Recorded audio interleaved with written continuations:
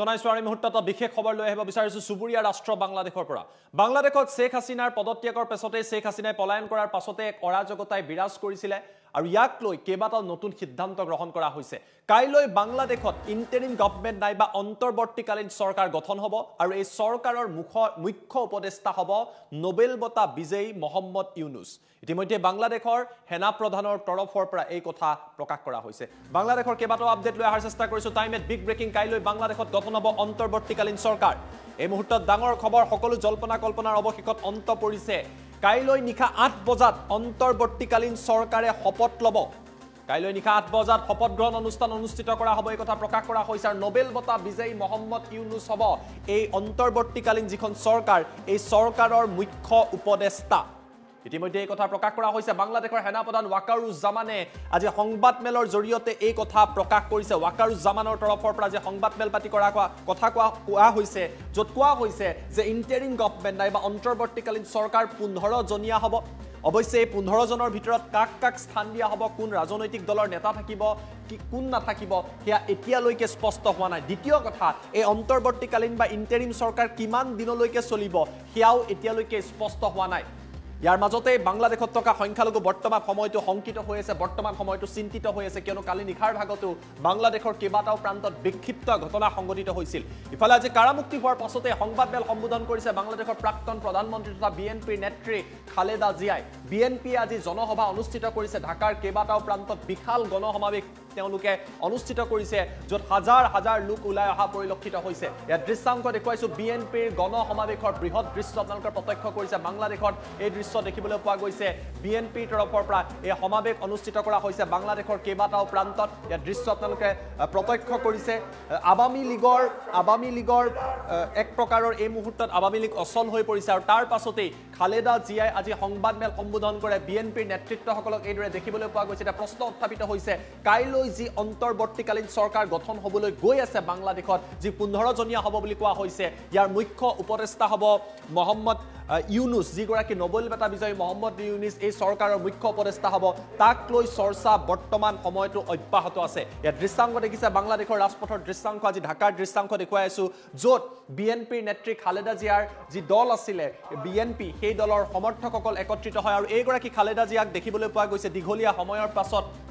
আজি এইদৰে তেওঁ সংবাদমেল সম্বোধন কৰে যথেষ্ট জনতা সমাগম হোৱা পৰিলক্ষিত হৈছে প্ৰতিবাদকাৰী যিসকল ছাত্ৰ আছিলে তেওঁলোকৰ তৰফৰ পৰাও কোৱা হৈছে যে 15 জনীয়া যি চৰকাৰ এই চৰকাৰত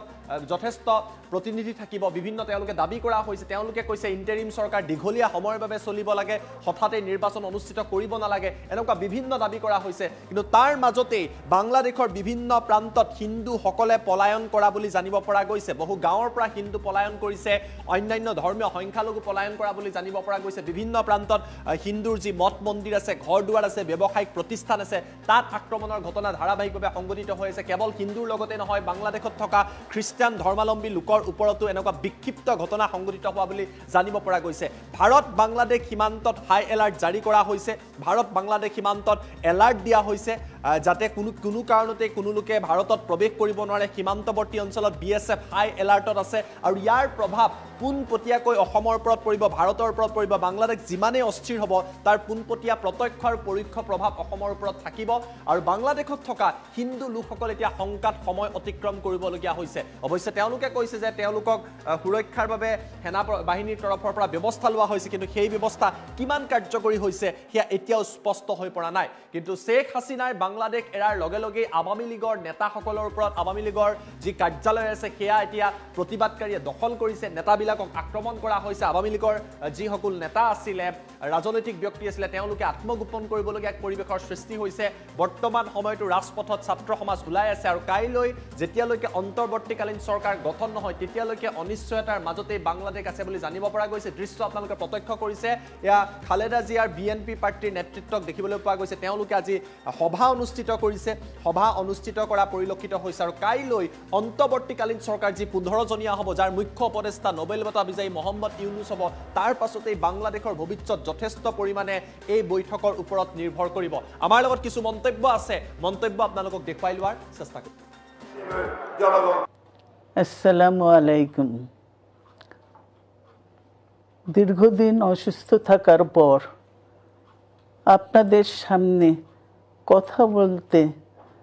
পারার জন্য আল্লাহর কাছে শুকরিয়া আদায় করছি। আমার কারাবন্দী অবস্থায় আপনারা আমার কারামুক্তি ও রোগ মুক্তির জন্য সংগ্রাম করেছেন, দোয়া করেছেন। সেজন্য আমি আপনাদের সকলকে ধন্যবাদ জানাচ্ছি। দীর্ঘ আন্দোলন সংগ্রাম ও ত্যাগের মধ্য দিয়ে আমরা ফ্যাসিবাদী অবৈধ সরকারের কাছ থেকে মুক্তি পেয়েছি। আমি আন্তরিক ধন্যবাদ জানাতে চাই আমাদের বীর সন্তানদের, যারা মরণপণ সংগ্রাম করে এই অসম্ভবকে সম্ভব করেছে। শত শত শহীদদের জানাই শ্রদ্ধা। এ বিজয়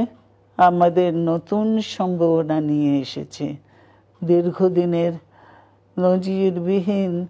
দুর্নীতি